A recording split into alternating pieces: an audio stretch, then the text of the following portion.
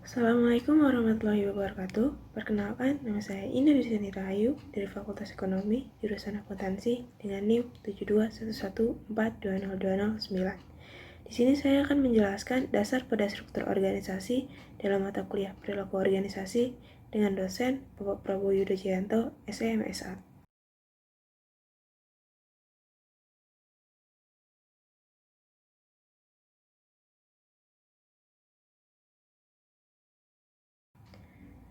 Apa yang dimaksud dengan struktur organisasi? Struktur organisasi atau organizational structure adalah cara yang mana tugas pekerjaan secara formal dibagikan, dikelompokkan, dan dikoordinasikan. Pertanyaan kunci, sampai sejauh mana aktivitas dibagi lagi ke dalam pekerjaan-pekerjaan secara terpisah? Jawabannya yaitu spesialisasi kerja. Pertanyaan kedua, atas dasar apakah pekerjaan akan dikelompokkan bersama-sama? Jawabannya adalah departementalisasi. Pertanyaan ketiga, kepada siapa individu dan kelompok akan memberikan laporannya? Jawabannya adalah rantai komando. Keempat, banyaknya individu yang dapat diarahkan seorang manajer secara efisien dan efektif. Jawabannya rentang kendali. Kelima, di mana otoritas pengambilan keputusan terletak? Jawabannya sentralisasi atau desentralisasi. Keenam, sampai sejauh mana akan terdapat aturan dan regulasi untuk mengarahkan para pekerja dan para manajer? Jawabannya formalisasi. Spesialisasi kerja. Spesialisasi kerja atau work specialization adalah sampai sejauh mana aktivitas dalam organisasi dibagi ke dalam pekerjaan-pekerjaan secara terpisah. Ketidakekonomisan sumber daya manusia dari spesialisasi mulai muncul dalam bentuk kebosanan, kelelahan, tekanan, produktivitas yang rendah, kualitas yang buruk, meningkatnya ketidakhadiran, dan tingkat perputaran yang tinggi, yang mana lebih dari mengimbangi keuntungan ekonomi. Para manajer dapat meningkatkan produktivitas sekarang dengan memperluas dan bukannya mempersempit lingkup aktivitas pekerjaan. Departementalisasi atau departmentalization adalah basis yang mana pekerjaan dalam organisasi dikelompokkan bersama-sama. Rantai komando. Rantai komando atau chain of command adalah garis kewenangan tak terputus yang membentang dari organisasi puncak hingga pegawai terendah dan menjelaskan siapa yang memberikan laporan kepada siapa. Otoritas atau authority adalah hak inheren dalam posisi manajerial yang memberikan perintah dan mengharapkan perintah tersebut dipatuhi. Kesatuan komando atau unity of command adalah gagasan bahwa bawahan hanya memiliki satu superior atau atasan yang kepada siapa dia bertanggung jawab secara langsung. Rentan kendali. Rentan kendali atau span of control adalah sejumlah bawahan yang dapat diarahkan oleh seorang manajer secara lebih efisien dan efektif. Rentan yang sempit atau kecil memiliki para pendukung mereka. Dengan mempertahankan rentan kendali menjadi 5 atau 6 pekerja, maka seorang manajer dapat mempertahankan kendali penuh. Rentang yang sempit memiliki 3 kelemahan utama, yaitu yang pertama, biaya mahal karena menambah jumlah level manajemen. Kedua, melakukan komunikasi secara vertikal dalam organisasi yang lebih kompleks. Ketiga, rentang yang sempit akan mendorong terbukanya supervisi yang ketat dan melemahkan kemandirian pekerja.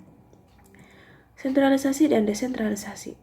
Sentralisasi atau centralization adalah kondisi yang mana pengambilan keputusan dipusatkan pada satu titik tunggal dalam organisasi. Sentralisasi diperlukan untuk mempertahankan para manajer regional yang bertanggung jawab. Desentralisasi diperlukan bagi perusahaan dengan lokasi di luar negeri, karena pengambilan keputusan yang bersifat lokal diperlukan untuk memberikan tanggapan terhadap peluang keuntungan tiap-tiap daerah, basis klien, dan undang-undang tertentu. Formalisasi. Formalisasi atau formalization adalah keadaan yang mana pekerjaan di dalam organisasi telah terstandarisasi. Desain organisasi yang umum. Struktur sederhana. Struktur sederhana atau simple structure adalah suatu struktur organisasi yang dicirikan dengan rendahnya derajat departementalisasi, rentang kendali yang lebar, otoritas yang tersentralisasi pada satu orang tunggal, dan kecilnya formalisasi. Bagian tersebut merupakan sebuah diagram struktur organisasi bagi gerai retail pakaian yang dimiliki dan dikelola oleh Jack Cole. Birokrasi. Birokrasi adalah suatu struktur organisasi dengan tugas operasional yang sangat rutin, yang dicapai melalui spesialisasi. Aturan dan regulasi yang sangat diformalisasikan, tugas yang dikelompokkan ke dalam departemen fungsional, otoritas yang tersentralisasi, rentang kendali dan pengambilan keputusan yang mengikuti rantai komando yang sempit. Struktur matriks. Struktur matriks atau simple struktur adalah suatu struktur organisasi yang menciptakan otoritas ganda dan menggabungkan antara departementalisasi fungsional dengan departementalisasi produk. Berikut contoh struktur matriks. Opsi desain yang baru. Organisasi virtual. Organisasi virtual atau virtual organization adalah organisasi inti kecil yang merupakan sumber luar terbesar fungsi bisnis. Bagian tersebut memperlihatkan bahwa organisasi virtual yang mana manajemen melakukan alih daya semua fungsi utama dari bisnis. Inti dari organisasi tersebut, sekelompok kecil para eksekutif yang memiliki pekerjaan untuk mengawasi secara langsung aktivitas apapun yang dilakukan di dalam kantor dan untuk mengkoordinasikan hubungan dengan organisasi-organisasi lain yang memproduksi, mendistribusikan, dan melaksanakan fungsi penting lainnya bagi organisasi virtual. Garis yang putus-putus merepresentasikan hubungan yang umumnya dipertahankan di bawah kontrak. Kelebihan organisasi virtual adalah fleksibilitasnya yang memungkinkan bagi para individu dengan gagasan yang inovatif dan sedikit uang untuk sukses bersaing terhadap organisasi-organisasi besar dan mapan. Organisasi virtual juga menghemat sejumlah besar uang dengan menghapuskan kantor-kantor yang permanen dan peranan secara hierarki. Kelemahan dari organisasi virtual adalah berada dalam aliran yang terus-menerus dalam reorganisasi, yang berarti bahwa peran, tujuan, dan tanggung jawabnya tidak jelas, menciptakan ruang bagi perilaku berpolitik, keselarasan budaya, dan berbagai tujuan akan hilang. Organisasi yang tak terbatas. Organisasi yang tak terbatas atau boundaryless organization adalah organisasi yang berupaya untuk menghilangkan rantai komando, memiliki rentang kendali yang tak terbatas, dan mengganti departemen-departemen dengan tim-tim yang diberdayakan. Organisasi yang lebih perampingan. Perusahaan yang membuat dirinya sendiri ramping dapat menjadi lebih gesit, efisien, dan produktif, tapi hanya jika mereka melakukan pemangkasan secara hati-hati dan membantu para pekerja melalui proses tersebut. Mengapa struktur-struktur berbeda? Model mekanistik atau mechanistic model adalah suatu struktur yang dicirikan dengan departementalisasi yang ekstensif, formalisasi yang tinggi, jaringan informasi yang terbatas, dan sentralisasi. Model mekanistik, spesialisasi yang tinggi, departementalisasi yang ketat, rantai komando yang jelas, rentang kendali yang sempit, sentralisasi, formalisasi yang tinggi. Model organik atau organic model adalah suatu struktur yang datar, menggunakan hierarki silang dan tim-tim fungsional silang, dengan formalisasi yang rendah, memiliki jaringan informasi yang komprehensif, dan bergantung pada pengambilan keputusan partisipatif. Model organik, tim-tim fungsional silang, tim-tim hierarki silang, aliran informasi yang bebas, rentang kendali yang lebar, desentralisasi, formalisasi yang rendah. Strategi organisasi. Pertama, strategi inovasi atau innovation strategy adalah suatu strategi yang menekankan pada pengenalan produk dan jasa baru yang utama. Kedua, strategi minimalisasi biaya atau cost minimization strategy adalah suatu strategi yang menekankan pada pengendalian biaya yang ketat, penghindaran inovasi yang tidak diperlukan atau biaya pemasaran, serta pemangkasan biaya. Strategi imitasi atau imitation strategy adalah suatu strategi yang berupaya untuk memindahkan produk baru atau ke dalam pasar yang baru hanya setelah kelangsungan hidup produk tersebut telah terbukti. Hubungan strategi. Pertama, strategi inovasi. Opsi struktural organisasi. Struktur organisasi yang longgar, spesialisasi yang rendah, formalisasi yang rendah, desentralisasi.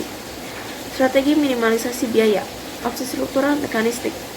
Pengendalian yang ketat, spesialisasi kerja yang ekstensif, formalisasi yang tinggi, sentralisasi yang tinggi. Ketiga, strategi imitasi. Opsi struktural, mekanistik, dan organik. Campuran dari sifat longgar dengan ketat, pengendalian yang ketat atas aktivitas saat ini dan pengendalian lebih longgar bagi usaha yang baru. Ukuran organisasi. Ukuran organisasi mempengaruhi strukturnya secara signifikan. Organisasi yang mempekerjakan 2.000 orang atau lebih cenderung untuk memiliki lebih banyak spesialisasi, departemen yang memiliki level yang lebih vertikal, dan lebih banyak aturan serta regulasi daripada organisasi-organisasi yang berskala kecil. Teknologi. Teknologi adalah suatu cara organisasi yang digunakan untuk memindahkan input ke dalam outputnya. Lingkungan atau environment adalah institusi atau paksaan dari luar organisasi yang mempengaruhi secara potensial kinerja organisasi. Gambar tersebut adalah definisi mengenai lingkungan bersama 3 dimensinya. Anak panah mengindikasikan pergerakan menuju ketidakpastian yang lebih baik. Dengan demikian, organisasi-organisasi yang beroperasional dalam lingkungan yang dicirikan sebagai langka, dinamis, dan kompleks dalam menghadapi derajat ketidakpastian, karena mereka memiliki ketidakpastian yang tinggi, sedikit ruang bagi kesalahan, dan serangkaian elemen yang beraneka ragam di dalam lingkungan untuk memonitor secara konstan. Desain organisasi dan perilaku pekerja. Untuk memaksimalkan kinerja pekerja dan kepuasan, maka manajer harus membuat pertimbangan atas perbedaan-perbedaan individu, misalnya pengalaman, kepribadian, dan tugas karya. Kesimpulannya, struktur internal organisasi memberikan kontribusi untuk menjelaskan dan memprediksikan perilaku. Selain pada faktor individu dan kelompok, hubungan struktural yang mana orang-orang bekerja harus menghadapi tingkat laku dan perilaku pekerja.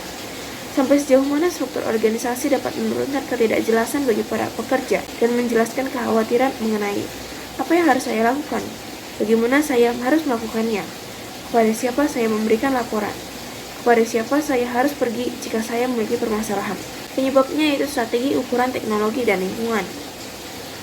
Menentukan desain struktural yaitu mekanistik atau organik, dihubungkan dengan performa dan kepuasan. Dikelola oleh perbedaan individual dan norma-norma budaya. Sekian presentasi dari saya. Mohon maaf apabila ada kesalahan. Terima kasih. Wassalamualaikum warahmatullahi wabarakatuh.